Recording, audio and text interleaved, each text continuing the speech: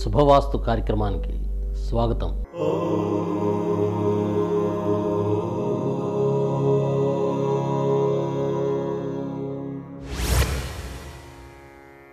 ఏదైనా స్థలానికి తూర్పు దిక్కులో తగిలే శుభ అశుభ వీధిపోట్ల గురించి విపులంగా తెలియచేయగలరు.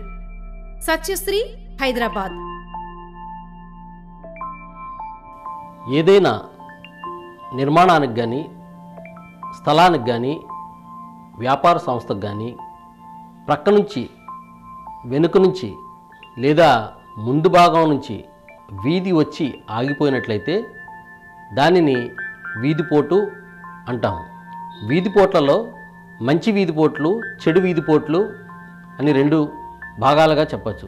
అంటే ఉచ్చం భాగంలో తగిలే వీధిపోటుని మంచి వీధిపోటుగాను, నీచం భాగంలో తగిలే వీధిపోటుని చెడు వీధిపోటుగాను చెప్పుకోవచ్చు. తూర్పుని మూడు భాగాలుగా చేసినట్లయితే తూర్పు ఈశాన్యము, తూర్పు ఆగ్నేయంగా చెప్పవచ్చు. తూర్పు ఈశాన్యంలో తగిలే వీధిపోటు శుభ ఫలితాలని ఇస్తూ ఉంది. ఉదాహరణకు అక్కడ నివసించేవారు ఆరోగ్యాలతో, సుఖ సంతోషాలతో జీవించగలుగుతున్నారు. అక్కడ ఉండే పురుషులు కీర్తి ప్రతిష్టల్ని పొందగలుగుతున్నారు. చిన్న ప్రయత్నంతోనే పెద్ద లాభాన్ని పొందడం తూర్పు ఈశాన్యం వీధిపోటు గల గృహాల్లో కనిపిస్తూ ఉంది.